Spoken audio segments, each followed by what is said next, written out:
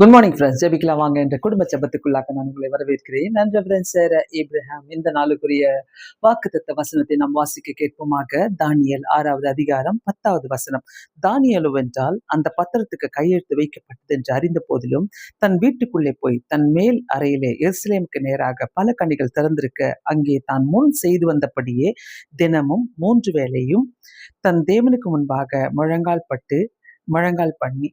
படியிட்டு ஜெபம் பண்ணி ஸ்தோத்திரம் செலுத்தினார். ரொம்ப அருமையான ஒரு வசனம்.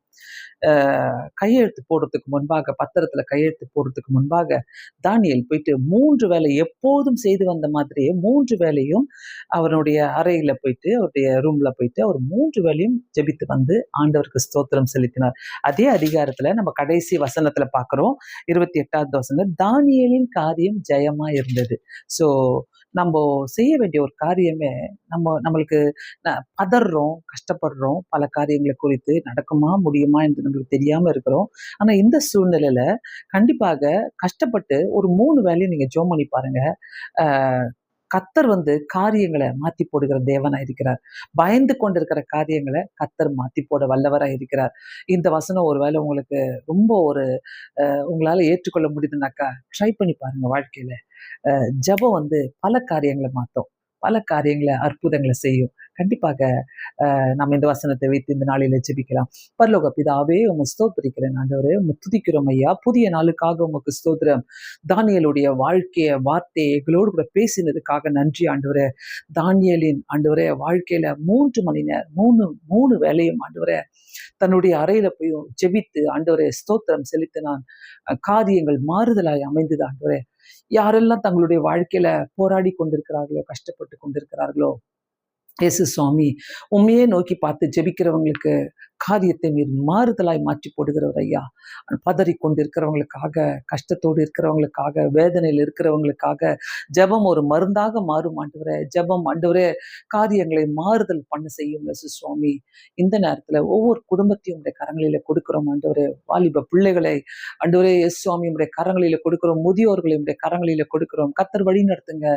பிசினஸ் ஆண்டவரே, வேலைகளை ஆண்டவரே நீர் கொடுக்கிற ஞானத்தால் வழி நடத்தி போகட்டும் ஆண்டவரே.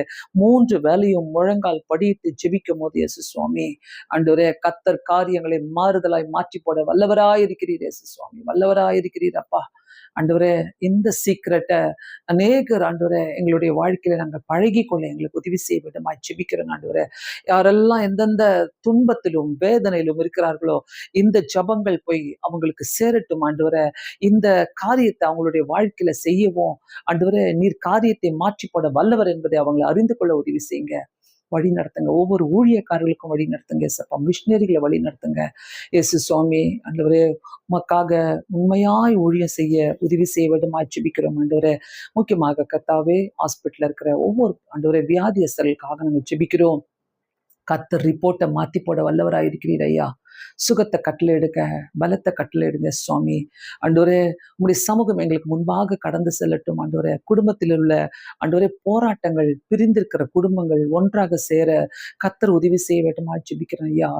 காரியங்களை மாத்தி போடுகிற தேவன் ஆண்டவரே, உங்களுடைய கரத்துல நாங்கள் கொடுக்கிறோம் ஐயா. ஜெபிக்கக்கூடிய வாஞ்சியை ஒருவருக்கும் கொடுத்த ஆண்டவரே, வெற்றியை நாங்கள் பெற்றுக்கொள்ள எங்களுக்கு உதவி செய்யுங்க. உங்களுடைய சமூகம் இந்த நாளில் எங்களோடு கடந்து போவதாக இயேசு கிறிஸ்துவின் நாமத்தினாலே வேண்டிக் கொள்கிறேன் பிதாவே, ஆமீன். கண்டிப்பாக இந்த ஜெபங்கள் உங்களுக்கு ஆசீர்வாதமாக இருக்கும். ஜெபத்தை ஒரு சீக்கிரட்டா வச்சு ஆண்டவர்ட்ட நீங்க ஜெபம் பண்ணி பாருங்க. கண்டிப்பா காரியங்களை மாற்றி போட வல்லவராக இருக்கிற கர்த்தர். God bless you all. Thank you so much. Have a blessed day.